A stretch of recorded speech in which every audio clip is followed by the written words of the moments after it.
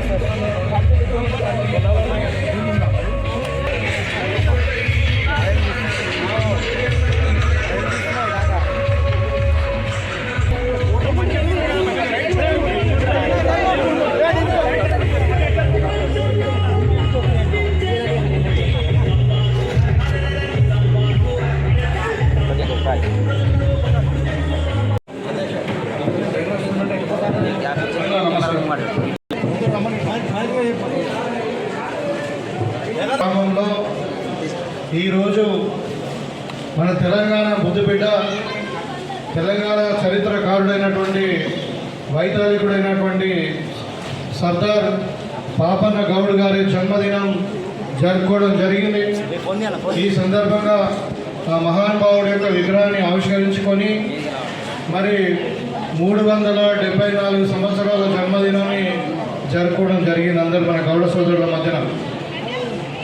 ఈరోజు ఆయన యొక్క జీవితం యొక్క ఆశయాలను, వారి యొక్క పోరాట తత్వాన్ని, వారి యొక్క నిజాయితీని, వారి యొక్క తిరుగుబాటు తత్వం ఆ రోజే 1650 సంవత్సరంలో వరంగల్ జిల్లాలోని జనగామ ప్రాంతంలో జన్మించినటువంటి పాపన్న మరి ఆ రోజే మొఘల్ సామ్రాజ్యం కానీ ఈ తుష్కరులు అంటారు, తురుష్కులు, ఈ తురుష్కులకు వ్యతిరేకంగా మరి గోల్కొండ నవాబులకు వ్యతిరేకంగా, అంటే ఈ రాజులకు వ్యతిరేకంగా, అప్పుడే ఈ ఫ్యూడలిజానికి వ్యతిరేకంగా మరి అందరు కూడా సామాజిక న్యాయం జరగాలి, అందరికి సమానమైన హక్కులు ఉండాలి, అందరు కూడా మరి గౌరవింపబడాలి అని చెప్పి ఆ రోజు తిరుగుబాటు చేసినటువంటి మహానుభావుడి యొక్క బర్త్డే జరుపుకోవడం మరి నిజంగానే ఆయన ఆత్మగౌరవ పోరాటం కింద. ఇవాళ మనం ఏ ఉద్యమం చూసినా కానీ, తిరుగుబాటు చూసినా కానీ సాయుధ పోరాటమే అనుకోండి, మరి తెలంగాణ ఉద్యమం అనుకోండి, ఏదైనా కానీ ఆత్మగౌరవం అసత పోరాటంగానే మారింది. మరి ఇవన్నిటి కూడా ఆదర్శం కూడా ఒకవైపు మహాత్మా గాంధీజీ, అదేవిధంగా ఒకవైపు మన తెలంగాణ వైద్యులైనటువంటి వాళ్ళు చెప్పిన సిద్ధాంతాలు ఏదైతే మరి ఆత్మగౌరవం కొరకు, మనము మన సెల్ఫ్ రెస్పెక్ట్ కొరకు, మన హక్కుల కొరకు పోరాటం చేయాలన్నది ఆ రోజే పెద్దలు పాపన్న గౌడ్ గారు చెప్పడం జరిగింది. ఇవాళ రాష్ట్ర ప్రభుత్వం గుర్తించి మరి వారి అధికారికంగా జన్మదినోత్సవంలో జరపడం జరిగింది. నిజామాబాద్లో రాష్ట్ర వ్యాప్తంగా కలెక్టరేట్ ఆధ్వర్యంలో మరి అఫీషియల్గా కూడా బర్త్డే కూడా జరుపుకోవడం జరిగింది. ఇప్పుడు ఎందుకంటే మన కొండాపూర్లో ఒక విగ్రహం పెట్టుకున్నాం. ఇలా దాని ఉద్దేశం ఏంటిది? ఏదైనా మహానుభావుల యొక్క విగ్రహాలు ఎందుకు పెడతాం? భావి తరాలకు తెలాలని. వాళ్ళు తెల్లారి మనం చౌరస్తకి పోగానే పాపారాయుడు గారి విగ్రహం కనబడుతుంది, మనకు గుర్తు చేస్తుంది. పాపారాయుడు గారు మరి ఆ రోజు పోరాటం చేసిండ్రు. ఆ రోజు రాజరికానికి, ఫ్యూడలిజానికి మరి వ్యతిరేకంగా, రాజులకు వ్యతిరేకంగా మరి సమాజం కొరకు పోరాటం చేసిండ్రు, త్యాగాలు చేసిండ్రని మనకు గుర్తుకొస్తుంది. సో ఈ రోజు కూడా మరి వాళ్ళ ఆలోచన విధానాలు ఇవన్నీ కూడా మనకు ఆదర్శం కాబట్టి మనం గ్రామాలలో వాళ్ళ విగ్రహాలు పెట్టుకుంటా ఉన్నాం.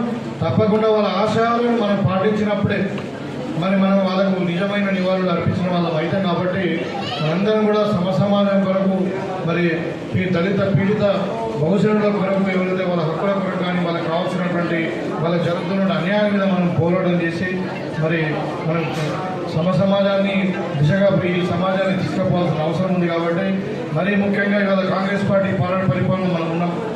కాంగ్రెస్ పార్టీ ఆలోచన విధానం కూడా అదే. బడుగు బలహీన వర్గాలు, ఎస్సీ ఎస్టీలు, మైనారిటీలు అందరూ కూడా భారతీయులు, ప్రతి ఒక్క పౌరుడిని గౌరవించాలా, ప్రతి ఒక్క గౌరవానికి సమానమైన అవకాశం రావాలా, మనందరూ కూడా ఉన్నత స్థానంలో ఎదగాలనేది కాంగ్రెస్ పార్టీ ఆశయం. మరి అదే ఎప్పటికప్పుడు వార్తలను వీక్షించేందుకు Q9 న్యూస్ ని సబ్స్క్రైబ్ చేసుకోండి, లైక్ చేయండి, షేర్ చేయండి. విలువైన సమాచారాన్ని ముందుగా మీరే తెలుసుకునేందుకు బెల్ బటన్ ని క్లిక్ చేయండి.